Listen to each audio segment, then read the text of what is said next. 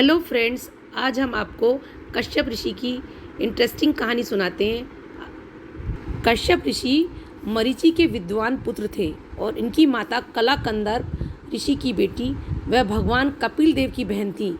अपने श्रेष्ठ गुणों और प्रताप के बल से उनकी गिनती महान विभूतियों में होती है।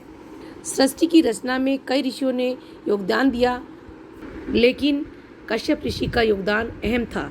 सृष्टि की रचना कई ऋषियों मुनियों ने की, लेकिन पुराणों के अनुसार कश्यप ऋषि के वंशज ही सृष्टि के प्रसार में सहायक हुए। कश्यप ऋषि की 17 पत्नियां थीं, जिनके वंश से सृष्टि का विकास हुआ। कश्यप ऋषि को सृष्टि का निर्माता भी कहते हैं। पुराण के अनुसार कश्यप ऋषि जी की पत्नियों से ही मानस पुत्रों का जन्म हुआ, जिसके बाद से सृष्टि का सृजन हुआ। इसलिए महर्षि कश्यप को सृष्टि के सर्जककर्ता भी कहते हैं। कश्यप एक महान गोत्र का नाम भी है। भगवान परशुराम को कश्यप ऋषि के शिष्य थे। सुना जाता है कि एक बार परशुराम जी ने पूरी धरती पर विजय प्राप्त कर ली और समस्त शस्त्रों का नाश कर दिया।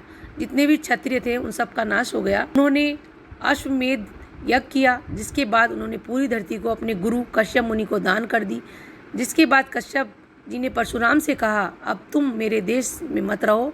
गुरु की आज्ञा पालन करते हुए परशुराम ने प्रत्येक रात पृथ्वी पर न रहने का संकल्प किया और वे रोजाना रात्रि में मन के समान तेज गमन शक्ति से महेंद्र पर्वत पर चले जाते थे। भागवत पुराण और मार्कंडेय पुराण के अनुसार कश्यप जी की 13 पत्नियां थीं और उनमें से विंता और कंदरू, जो कश्यप जी से बहुत प्रेम करती थीं और उनकी देखभाल करती थी।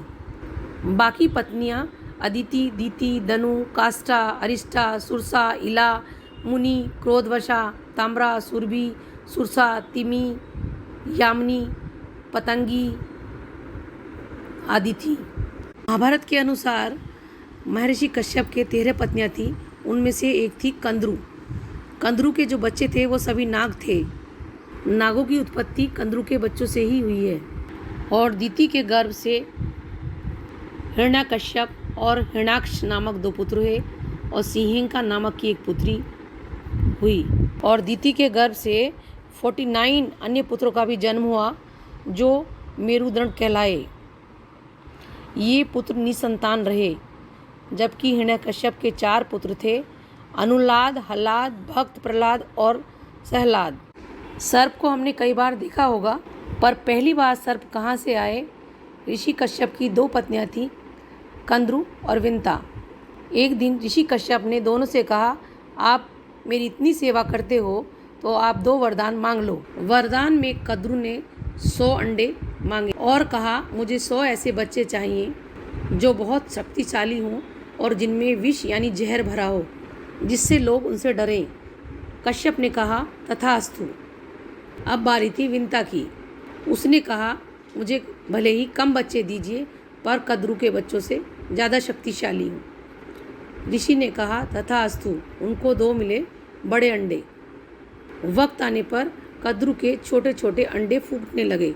उनमें से अलग अलग नाग निकलने लगे। उनमें से एक था वासुकी, जो शिवजी भगवान के गर्दन पर रहता है। शेष नाग और जितने भी प्रतापी नाग हैं वो सब कंदरू के ही बच्चे हैं। और विंता के जो 2 अंडे थे उसमें से 2 बच्चे निकले, अरुण और गरुण। एक बार की बात है, कंदरू और विंता में एक सफ़ेद घोड़ा देखा और उसको देखकर दोनों में बहस छिड़ गई। एक कहने लगी इसकी पूंछ काली है और एक कहने लगी सफ़ेद। पर शर्त लग गई और कंदरू ने कहा इसकी पूंछ काली है और विंता ने सफ़ेद। अब कंदरू ने शर्त जीतने के लिए अपने नाग पुत्रों से कहा कि तुम अपना आकार छोटा करके घोड़े की पूंछ पर लिपट जाओ, जिससे उसकी पूंछ काली नजर आए और वह शर्त में जीत जाए।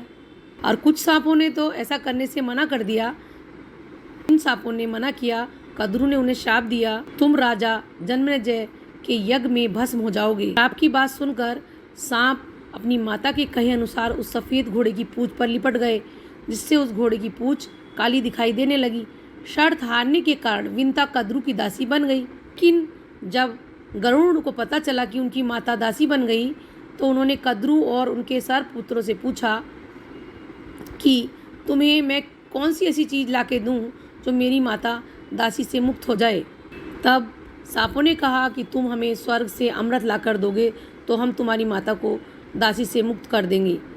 अपने पराक्रम से गरुड़ स्वर्ग से अमृत कलश ले आए और उसे कुशा पर रख दिया। लेकिन जैसे ही अमृत पीने वाले थे, देवराज इंद्र की चाल से सब सर्प स्नान करने चले गए और अमृत कलश इंद्र जो है वापस उठाकर स्वर्ग ले गए।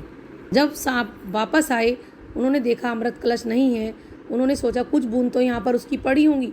उन्होंने घास को चाटना शुरू कर दिया।